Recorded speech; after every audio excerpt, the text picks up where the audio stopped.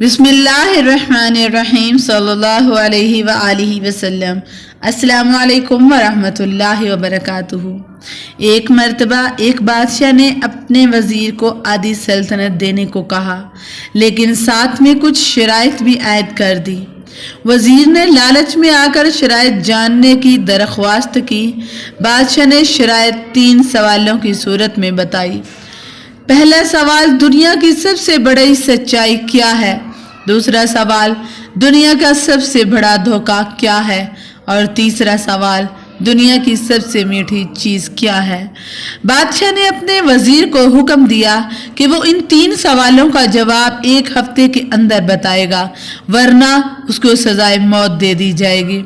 وزیر نے سب سے پہلے دنیا کی بڑی سچائی جاننے کے لیے ملک کے تمام دانشوروں کو جمع کیا اور ان سے سوالات کے جواب مانگے۔ انہوں نے اپنی اپنی نیکیاں گنوائیں، لیکن کسی کی نیکی بڑی اور کسی کی چھوٹی نکلی، لیکن سب سے بڑی سچائی کا پتہ نہ چل سکا۔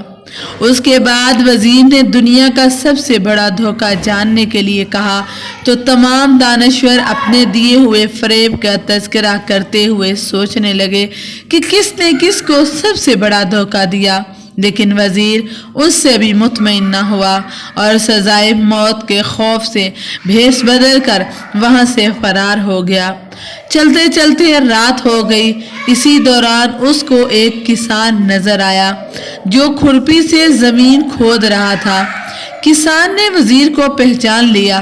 وزیر نے اس کو اپنی مشکل بتائی، جسے سن کر کسان کے سوالوں کا جواب کچھ یوں دیے: دنیا کی سب سے بڑی سچائی موت ہے، دنیا کا سب سے بڑا دھوکہ زندگی ہے۔ تیسرے سوال کا جواب بتانے سے پہلے کسان نے کہا کہ میں اگر تمہارے سوالوں کے جواب بتا دوں تو مجھے کیا ملے گا؟ سلطنت تو تمہارے ہاتھ آئے گی۔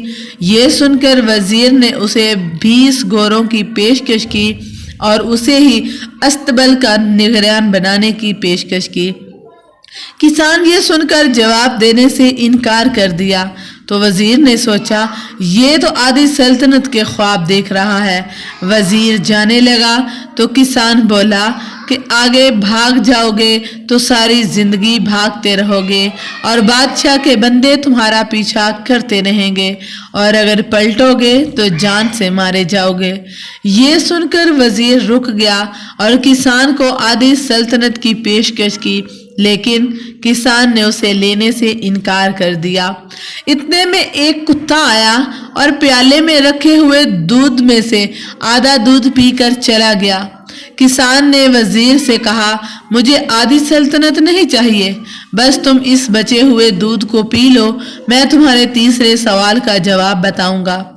یہ سن کر وزیر تلملا گیا، مگر اپنی موت اور جاسوسوں کے ڈر سے اس نے وہ دودھ پی لیا۔ وزیر نے دودھ پی کر کسان کی طرف دیکھا اور اپنے سوال کا جواب مانگا تو کسان نے کہا کہ دنیا کی سب سے میٹھی چیز انسان کی غرض ہے، جس کے لیے وہ ذلیل ترین کام بھی کر جاتا ہے۔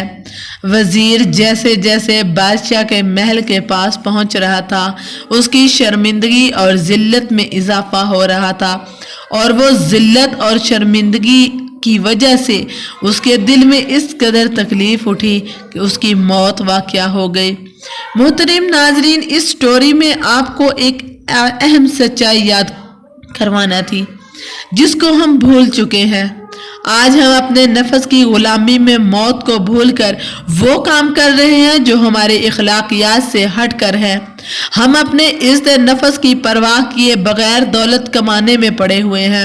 اس میں کوئی شک نہیں کہ دولت وقت کی ضرورت ہے، لیکن اس میں جائز اور ناجائز کا خیال نہیں رکھتے، کیونکہ جب انسان دولت کی لالچ میں پڑ جائے تو کتے کا جھوٹا دودھ بھی پی لیتا ہے۔ اگر ہم زندگی کی یہ سچائی اپنا لیں تو میرا یقین ہے دنیا اور آخرت دونوں میں سرخرو ہوں گے۔ ویڈیو اچھی لگی ہو تو دوسروں تک ضرور شیئر کریں، چینل کو سبسکرائب کر لیں، کیونکہ ایسے اسلامک واقعات اور سبق آموز سٹوریز ہمارے چینل پر اپلوڈ ہوتی رہتی ہیں۔ جزاکم اللہ خیرن کثیرا۔